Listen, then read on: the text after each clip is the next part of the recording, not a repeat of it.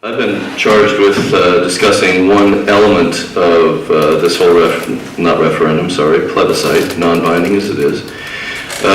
Something called the FTDA. I'm sure everybody is really familiar with FTDAs. Does anybody in the audience know what an FTDA is? No. Okay. An FTDA is a frequent transit development area, and the Broadway corridor is supposed to be, according to the Mayor's Council vision, designated as such following this plebiscite. What is that? I'll read you the definition: additional priority locations outside of urban centers that will accommodate concentrated growth in higher density forms of development. They are located at appropriate locations along TransLink's frequent transit network. What's a frequent transit network? This could go on and on, but I'll stop after this one. Is a network of corridors where transit service runs at least every 15 minutes in both directions throughout the day and into the evening every day of the week. And this designation has no requirement for any public input or public approval. It's just laid on that area. So what is the effect of that?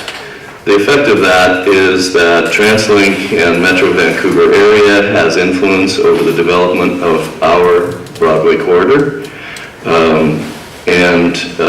It kind of ignores all the neighborhood associations, particularly one of my interests, all along that route. And it serves to start limiting development in other areas. And so as a result, you have this vast amount of resources poured into one street, which is amongst the many points that we pointed out in our media release a couple of weeks ago. So that's one aspect of this plebiscite that's problematic. Another is using development to fund transit as part of this designation, which allows basically unleashing the development powers onto the Broadway corridor. You're going to get development around transit stations, which don't necessarily reflect where neighborhood locations are, because transit stations, for instance, at Arbutus and Broadway and some of the other locations, are not necessarily aligned with center of neighborhoods.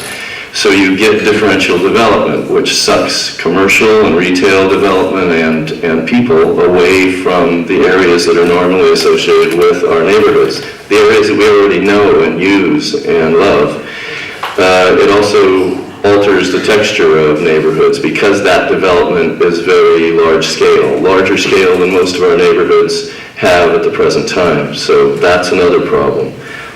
Another difficulty with this is that as far as the Cambie corridor, and I think Ned will cover the Cambie corridor, when it was developed, the Canada line was pushed through very quickly, built very quickly with all of its problems and difficulties in terms of cut and cover.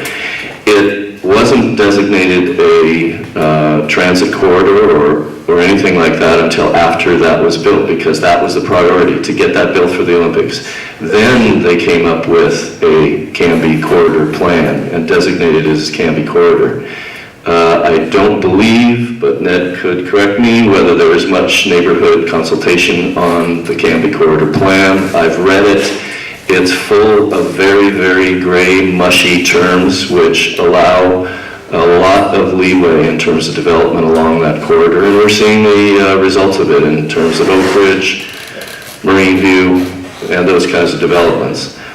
And the KPMG report earlier stated, in terms of the Broadway corridor, that we can look forward to developments like Oak Ridge, Metrotown, and things like that along the Broadway corridor. I'm not sure that's what the public wants, but that's what is looking more likely if this goes through.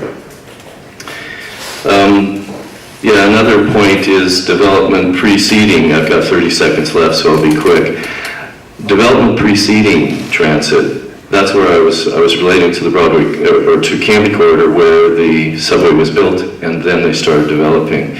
In this instance, this is a 10-year plan, first phase. If everybody and his brother knows where this development is going, where the transit is going. You can bet, if they haven't started already, there are a lot of assemblies being put together and things like that for development along the Broadway corridor already. And so we have to work to bring neighborhoods back into the planning process, which is all part of what the coalition is all about, the Coalition of Vancouver Neighborhoods. What we're trying to do is promote a collaborative relationship between the city and its neighborhoods.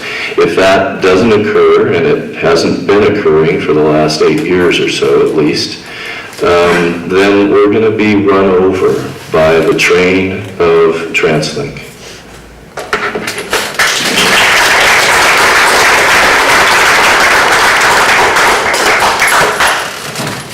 Thank you very much, Larry. Those are very